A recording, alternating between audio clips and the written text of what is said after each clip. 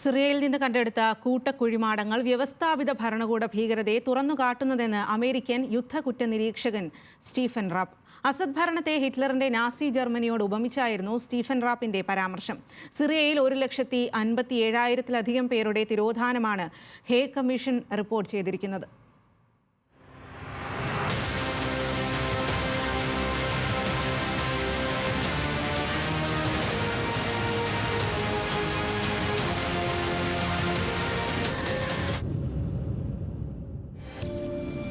Syrian civil സൊസൈറ്റിയുമായി ചേർന്ന് സിറിയയിലെ യുദ്ധകുറ്റകൃത്യങ്ങളുടെ വിവരശേഖരണത്തിലാണ് US വാർ crime ambassador Stephen rap.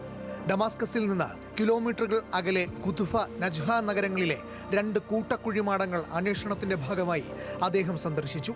നാസികൾക്ക് ശേഷം ലോകം കണ്ട ഏറ്റവും വലിയ ഭരണകൂട കൂട്ടക്കൊലയുടെ തെളിവുകളാണ് ഈ കുഴിമാടങ്ങളെന്ന് സ്റ്റീഫൻ റാപ്പ് പറയുന്നു.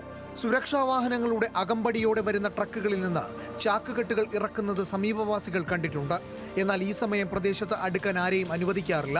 അതിന് ശ്രമിക്കുന്നവർ അതേ കുഴിയിലേക്ക് തള്ളപ്പെടുമെന്നും നജ്ഹയിലെ പ്രദേശവാസികൾ പറയുന്നു. മേഖലയുടെ ഉപഗ്രഹ ചിത്രങ്ങൾ താരതമ്യം ചെയ്ത് റോയിറ്റേഴ്സ് 2012-നും 2014-നും ഇടയിൽ വലിയ രീതിയിൽ കുഴിയെടുപ്പ് നടന്നതായി കണ്ടെത്തി.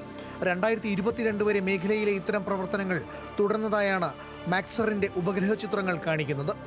ടിഷ്രീൻ, മെസ്സെ, ഹരസ്ത എന്നീ സൈനിക ആശുപത്രികളിൽ നിന്ന് നജ്ഹയിലേക്കും കുതുഫയിലേക്കും 100 കണക്കിന് മൃതദേഹങ്ങൾ എത്തിച്ചതായാണ് ഈ ശവക്കുഴികൾ കുഴിച്ചവരിൽ ഒരാൾ ജർമ്മനിയിലെ വിചാരണയ്ക്കിടെ വെളിപ്പെടുത്തിയത്.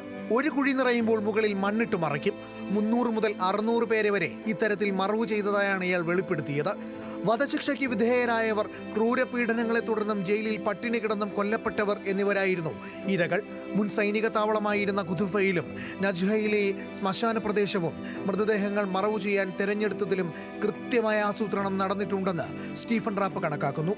അതേസമയം ഇപ്പോൾ കണ്ടെടുത്തവയ്ക്ക് പുറമെ കുറഞ്ഞത് 66 കുഴിമാടങ്ങളെങ്കിലും സിറിയയിൽ ഉണ്ടെന്നാണ് ഹേഗിലെ അന്താരാഷ്ട്ര കമ്മീഷൻ പറയുന്നത്.